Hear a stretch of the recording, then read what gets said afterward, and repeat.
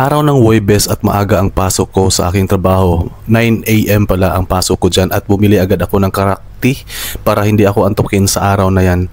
At pumasok na ako sa building ng aking pinagtatrabuhan guys, at nang makarating ako sa aming locker room at agad-agad akong nag-check ng aking camera at chinecheck ko rin yung aking outfit, ang aking katawan din, kasi na-conscious ako guys sa sinabi sa akin na Tilina na from Dubai na medyo payat na daw ako at malalim na daw yung mukha ko, ang laki na daw ang pinayat ko. So napaisip tuloy ako kung itigil ko na yung pagdadayet ko at hindi ko pagkain ng kanin.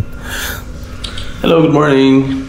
This is Jun Regan and for today's vlog guys, so wala lang, this is a random videos na gagawin natin kasi wala na akong maisip ko ng content. Nagiinom lang ako ng kape for today's vlog. This is Karakti again guys for our morning duty.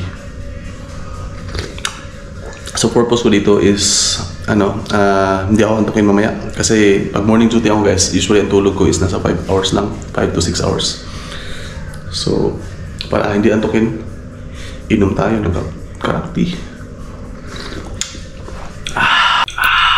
So yun na nga, at tinecheck ko yung aking katawan at medyo yung posture nito is tamang-tama lang naman, medyo may laman pa rin naman ako at ayan, medyo taba pa rin ako ng konti at gusto ko pa rin magbawas dahil gusto ko pang lumiit yun ng aking baywang, aking likod na mayroong laman pa rin.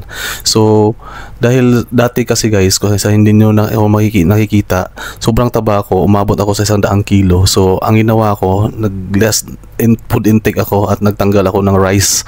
Kumakain ako ng rice paminsan-minsan na lang. So yan, kaya ganyan na yung medyo pumayat nga ako ng konti dyan at nasabi sa akin na Tilina na wag na ako mag-diet na dahil lumubog na nga daw yung mukha ko at medyo payat na daw talaga ako.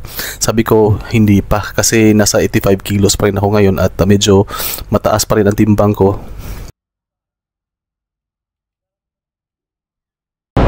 Good morning. Actually, good afternoon na. Bibili tayo ng McDonald's. Wala tayong baon ngayon guys. Actually, may baon ako, pero wala akong tinapon. So bibili tayo ng burger ulit sa McDonald's. Order tayo sa dito or machine. So mahirap siya. So nag-order na nga ako ng McDonald's dyan guys, worth of 1KD. So nahirapan akong gumamit ng kanilang machine. So ang ginawa ko dyan is naghingi ako ng tulong sa kanilang staff kung paano siya mag-order. At tinulungan naman ako ng staff ng McDonald's. At umorder ako ng isang burger na may soft drinks at french fries. At yan ang isapares ko ngayon sa aking fruits and vegetables sa patanghalian. So nag-start na akong kumain dyan guys habang nagla-livestream. At binuksan ko yung burger ng McDonald's at susubo ko sa mga live viewers ko. So inalok ko sila na kumain ng tanghalian guys, kaya binuksan ko at hinarap ko sa kanila yung burger na kinakain ko.